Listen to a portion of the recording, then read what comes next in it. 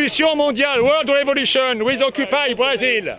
Somos contra a corrupção, somos contra políticos corruptos, somos contra essa distribuição do dinheiro público para mãos privadas. É por isso que nós estamos aqui.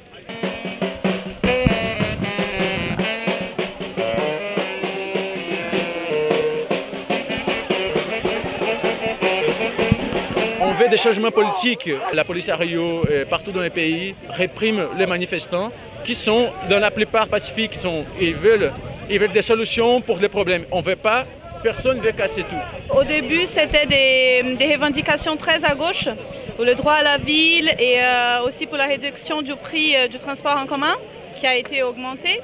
Et c'était vraiment un mouvement des travailleurs, des étudiants, des gens des banlieues.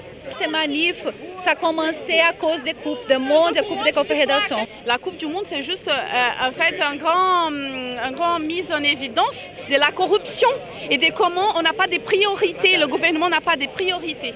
Au Brésil, on a dépensé 10 milliards d'euros pour faire cette Coupe du Monde. Et des trois dernières, ils ont coûté 9 milliards et demi. Les 3 Coupes du Monde, ils ont coûté moins que notre Coupe du Monde. On ne veut plus du football libéral qui ravage le peuple comme ça. C'est un crime contre le peuple brésilien, ce qui se passe. C'est un crime. Ça fait des années qu'on fout des milliards dans les Coupes du Monde, d'Europe, des Jeux Olympiques à la con, dans le Tour de France, dans tout le sport professionnel, avec des gens payés à des milliards et des milliards. Là, il paraît que Pelé, il soutient les manifestants. Ben, il serait temps un peu. C'est la première fois qu'on voit aussi des gens dans la rue contre la corruption, contre les choses qui sont vraiment importantes. Les Valais, c'est pour ça. C'est nettoyage au pays de la corruption. Nous, on ne sait pas que le foot et le samba et le carnaval. Ça ne suffit plus. On a besoin aussi des hôpitaux, des écoles et tout ça. Un joueur brésilien, il a dit que ce n'est pas avec des hôpitaux qu'on fait la Coupe du Monde. Ça, c'est une déclaration de Jérôme Valk, les dirigeants de la FIFA, que ça serait plus simple d'organiser une Coupe du Monde avec Poutine. Ils prennent la dictature. Ils disent qu'on ne doit pas lutter, on doit accepter. C'est à ces gens qu'on répond. Vous faites la manifestation avec la trottinette. Pourquoi? C'est la paix. Ce qu'on a marre, c'est les vols. Parce qu'on n'a pas d'éducation, on n'a pas la santé, pas de sécurité. Les impôts, ils ne mettent pas les impôts sur les rues, les hôpitaux, les choses. Ils volent.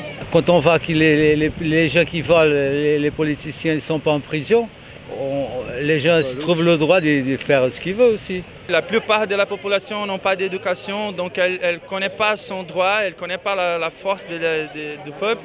Et donc, on manque beaucoup de ça. Là-bas, c'est dur quand tu as quelque chose à manger et tu vois quelqu'un à côté qui n'a rien. Ça, c'est dur. Des enfants. Je crois qu'il y a un lien en ce moment entre ce qui se passe en Turquie, en Grèce. Mais évidemment il y a un lien, mais tous les peuples se lèvent, et pas pour Danette. Moi, j'ai fait mon affiche. Ramène ta place. Ramène ta place. C'est un mouvement de solidarité mondiale pour les problèmes locaux, parce que les problèmes ne sont pas les mêmes. Tous les groupes sont en colère pour des choses différentes. C'est toujours le pouvoir économique qui remporte sur les vies. Le président a fait un discours, mais je pense que ça ne va pas arrêter tout de suite les personnes, car il y a beaucoup de choses à changer, pas que des discours. Des discours, on est habitué déjà. La manifestation, elle ne va jamais arrêter, elle est là, elle est dedans.